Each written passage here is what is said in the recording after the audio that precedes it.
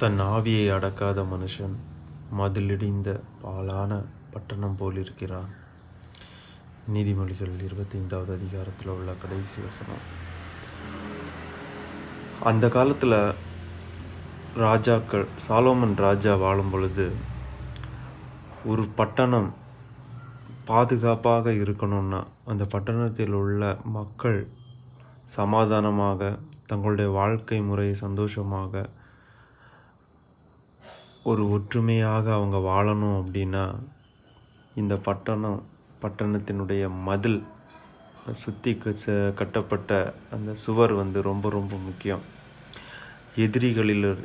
எதிரிகளிடமிருந்தும் இவர்களை கொள்ளையிட வேண்டும், கொலை செய்ய வேண்டும் என்று நினைக்கக்கூடிய சிறிய நபர்களாக இருக்கட்டும், இல்லை பெரிய நபர்களாக இருக்கட்டும், திருடர் கூட்டமாக இருக்கட்டும், இல்லை பெரிய இராணுவமாக இருக்கட்டும், எல்லாவிடமிருந்தும் அந்த மக்களை பாதுகாக்கக்கூடிய அரணாக இருந்தது அந்த மதில்.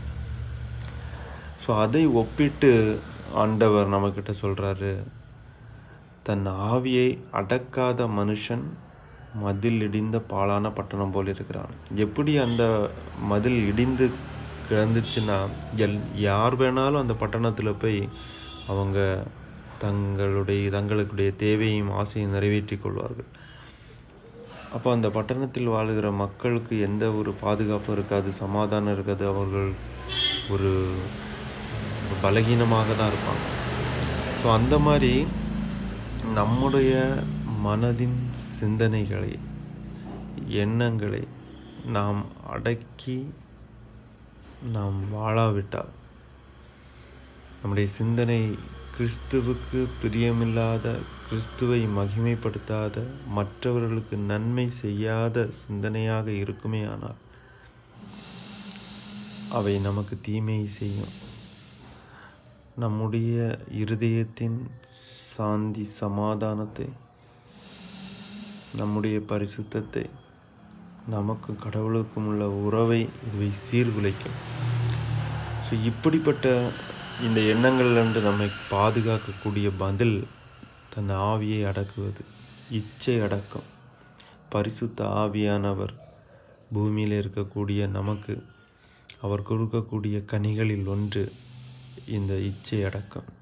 இந்த இச்சை அடக்கத்தை நம்ம ஒவ்வொரு நாளும் ஒவ்வொரு நொடியும் நமக்குள்ளே கொண்டிருப்போமானால் நாம் பலமான ஒரு மதிலுள்ள ஒரு பட்டணத்தில் வாழ்கிற ஒரு மக்களாக இருப்போம். நமக்கு எதிரி மனிதன் அல்ல, சத்துரு கேடான, அசுத்தமான, பெருமையான, வைராக்கியமான, கோபமான, கொடூரமான, அன்பில்லாத, ஒரு இரக்கமில்லாத சிந்தனைகளை நமக்கு தந்துக்கிட்டே இருக்கான். இந்த சிந்தனைகள், இந்த காம விபச்சாரமான சிந்தனைகளெல்லாம் நமக்கு வரும் பொழுது நம்முடைய மனதை அதற்கு இணங்காமல், அதற்கு விட்டு கொடுக்காமல் நாம் ஒரு கட்டுக்கோப்பாக நம் மனதை வைப்போமானால், நாம் அந்த இச்சைக்கு அடங்காமல் ஒரு இச்சை அடக்கமாக அதையெல்லாம் விட்டு அதற்கு எதிராக போராடி நம்ம ஆண்டவரை கனப்படுத்தி மற்றவர்களுக்கு நன்மை செய்கிற விதமாக சிந்திப்போமானால் ஆண்டவர் நம்முடைய உள்ளான மனிதனையும் உள்ளான வாழ்க்கையும் ரொம்பவே ஆசீர்வதிப்பார்.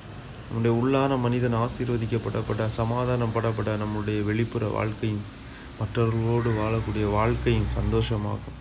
ஸோ அப்படிப்பட்ட ஒரு முக்கியமான விஷயம்தான் இந்த இச்சை அடக்கம். தன்னுடைய ஆவியை அடக்காத மனுஷன் மதிலிடிந்த பாழான பட்டணம் போல் இருக்கிறார். இந்த வார்த்தையை நீங்கள் தியானிங்க, ஆண்டவரோடு நீங்கள் இன்னும் ஐக்கியமாக வாழுங்க. ஆமென்.